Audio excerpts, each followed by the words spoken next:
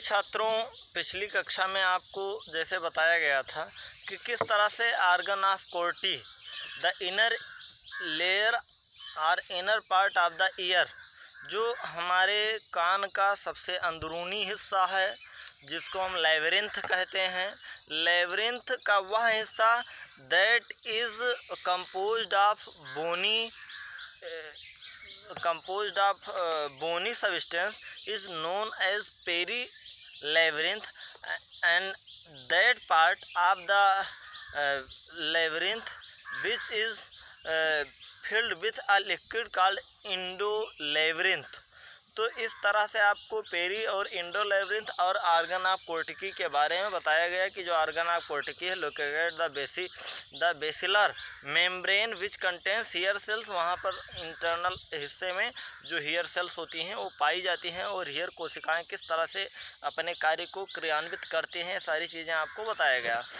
उसी के क्रम में टेक्टोरियल मेम्ब्रेन भी इंटरनल पार्ट्स में पाए जाते हैं। टेक्टोरियल मेम्ब्रेन क्या है, कैसे कार्य करते हैं, उस विषय में अगर चर्चा की जाए आपसे तो आपके यह समझ में आ जाना चाहिए कि किस तरह से जो वेस्टिबुलर apparatus है यह the inner ear also contain a complex system called vestibular apparatus। Vestibular apparatus का मतलब होता है apparatus का तात्पर्य वेसल्स है, vesicle.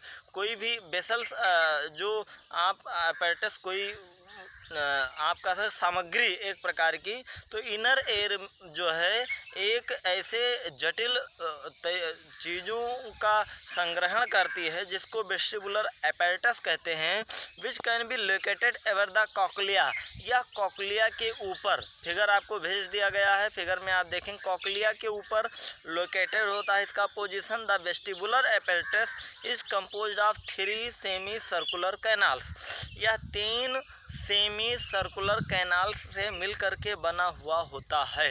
And the otolith organ consisting of the sacculi and utricle, और उस वहीं पर वेस्टिबुलर मेम्ब्रेन या वेस्टिबुलर apparatus के आसपास ऑटोलिथ आर्गन भी पाई जाती है of the sacculi and utricle, जो सैकुलाई और यूट्रिकल के हिस्सों से मिल करके बनी हुई होती है। कौन सा? Otolith argon.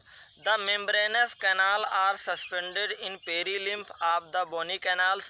पेरीलिम्फ लेवरिंथ का वह हिस्सा जहाँ पर बोनी टाइप की कैनाल्स पाई जाते हैं उसको पेरीलिम्फ कहा जाता है। ऑफ द बोनी कैनाल्स वो सस्पेंडेड होता है। The base of channels is saline and is called the ampulla, और जो पेरीलिम्फ का बेस है वो कैनाल का वह सैलन होता है, वहाँ पर आउटग्रोथ होते हैं।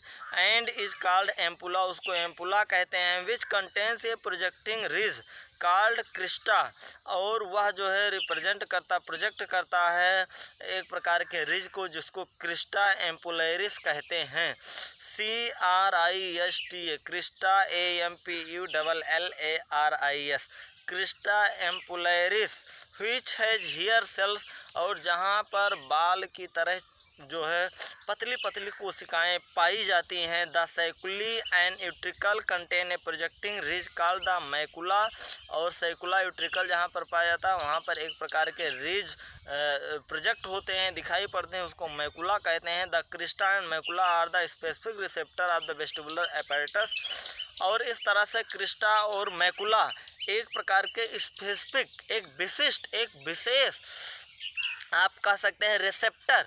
अब रिसेप्टर का तात्पर्य ए साउंड वेव्स को एक्सेप्ट करने के तदुपरांत जो बॉडी की बैलेंस है, एक ऐसे जैसे एक साउंड वेव को एक्सेप्ट करने वाले रिसेप्टर्स हैं वहीं पर पाए जाते हैं। एक रिसेप्टर्स बॉडी वेट्स को मेंटेन करने के लिए, जैसे आपको याद होगा जब आपको स्टार्ट किया गया था तो हमारे जो कानों के हैं 2 फंक्शन बताए गए थे।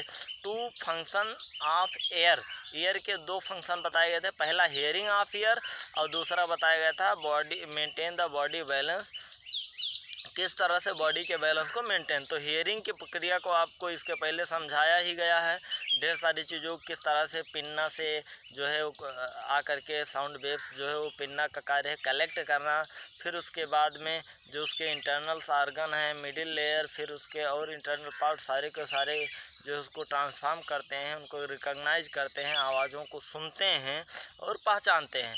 तो हियरिंग की वो हो गई प्रक्रिया, हालांकि अभी मैकेनिज्म ऑफ हियरिंग आपको अलग से भी बताया जाएगा।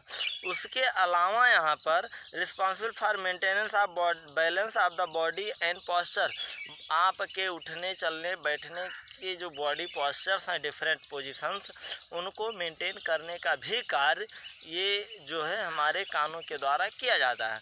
इसको मेंटेन करने के लिए क्रिस्टा एंड मैकुला, जो क्रिस्टा एम्पोलैरिस एंड मैकुला के नाम से जाने जाते हैं, अलग अलग हिस्सों में पाए जाते हैं, इंटरनल ऑर्गन हैं, और ये मेंटेन करने में, मेंटेनेंस ऑफ बॉडी बैलेंस में इनकी महत्वपूर्ण भूमिका होती है।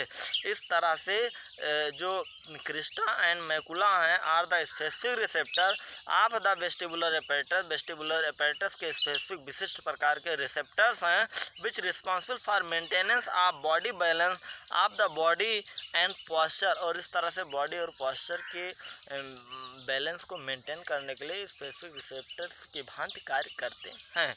इस तरह से यह जो है जो ईयर है, ये ईयर आपका जो है कंप्लीट होता है। अब इसमें लास्ट आता है आपका mechanism of hearing.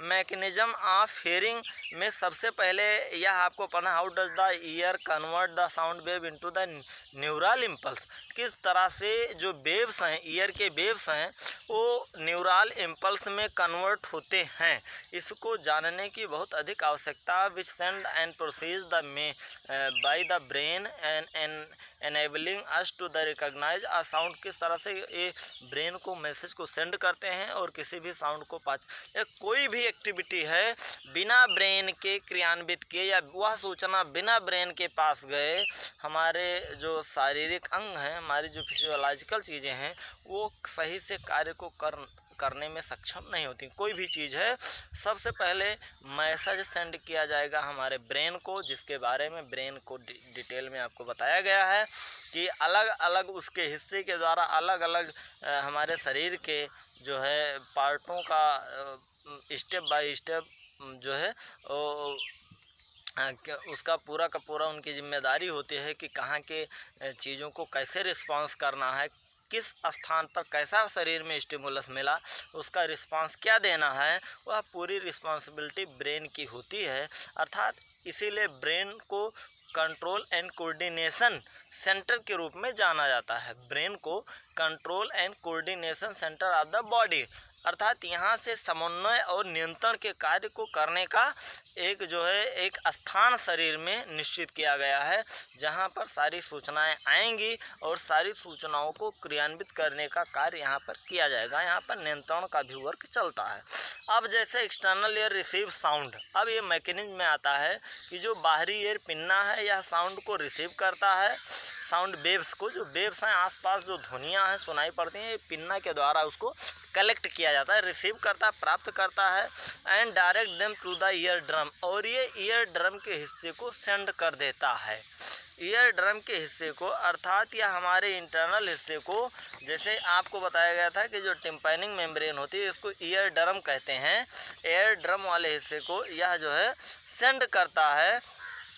The ear drum vibrates in response to the sound waves, और इस तरह से ईयर ड्रम वाइब्रेट करता है in response to the sound, जैसे ही जो है पिन्ना के द्वारा कलेक्ट किया हुआ साउंड वेव हमारे जो है ईयर ड्रम को आता है, वैसे ही यह उसके थ्रू रिस्पांस करता है। And these vibration transmitted through the ear ossicle malleus incus and stapes, तो मिडिल ईयर बताया गया था, इन वेव्स को ट्रांसमिट करते हैं टू द ओवल विंडो को, and vibration are pass through the oval window on to the fluid of the cochlea where they generate the wave in the lymph, और इस तरह से कॉक्लिया को ओवल विंडो ट्रांसफ़र करता है और वहाँ पर वेव्स जनरेट होते हैं लिम्फ में। And these waves in the lymph induce a ripple in the basilar membrane, और इस तरह से वहाँ पर जो मूवमेंट्स होता है, जो बेसिलर मेम्ब्रेन है वहाँ पर जो हियर्स हैं वो प्रेस करते हैं, and tectorial membrane as a result nerve impulse are generated in the associated afferent neuron, and these impulses are transmitted by the afferent fiber via auditory nerve to the auditory cortex to the brain। और इस तरह से वहाँ पर उपस्थित जो nerve impulses होते हैं, नर्व के द्वारा इम्पल्सेस को ब्रेन तक पहुँचाया जाता है। Where the impulse are analyse and the sound is recognise. और जिस तरह से और मैकेनिज्म में होता है कि ब्रेन का काम है इम्पल्स को एनालाइज करना, एनालाइज द इम्पल्स। अब हेयरिंग की लास्ट जो एज ए रिजल्ट हो जाता है, analyse the brain where the impulse are analyzed and the sound is recognized। Brain एक ऐसा स्थान है जहाँ पर इम्पल्स को जो है एनालाइज किया जाता है और उसके बाद साउंड को पहचाना जाता है और फिर हम उसको रीड करते हैं। यह कार्य ब्रेन का होता है। तो इस तरह से मैकेनिज्म में आपने पढ़ा कि पिन्ना साउंड को कलेक्ट करता है, वह एयर ड्रम को देता है, एयर ड्रम उस वहाँ पर वाइब्रेट क्रिएट करता है, वह वाइब्रेट जो है आसिकल ईयर आसिकल को जाता है, ईयर आसिकल में माइलस इनकस एंड स्टेपीज होते हैं, वो ओवल विंडो को ट्रांसफ़र करते हैं, ओवल इंडो कॉक्लिया को देता है, कॉक्लिया नर्व्स को देता है, नर्व्स हमारे मस्तिष्क ब्रेन को देता है और ब्रेन उसको रीड करने का कार्य करता है। इस तरह से हेयरिंग की मैकेनिज्म समाप्त हो जाती है और चीज़ों को हम ब्रेन को जब इम्पल्स जाते हैं तो ब्रेन उसको विश्लेषित और उसके बाद साउंड को पहचानने का, विश्लेषण और पहचानने का, analyse and recognise of the sound. तो इस तरह से इसका यह हिस्सा भी समाप्त होता है। Thanks for watching video. Next video में फिर आपको मिलते हैं फिजियोलॉजी ऑफ पेन के साथ।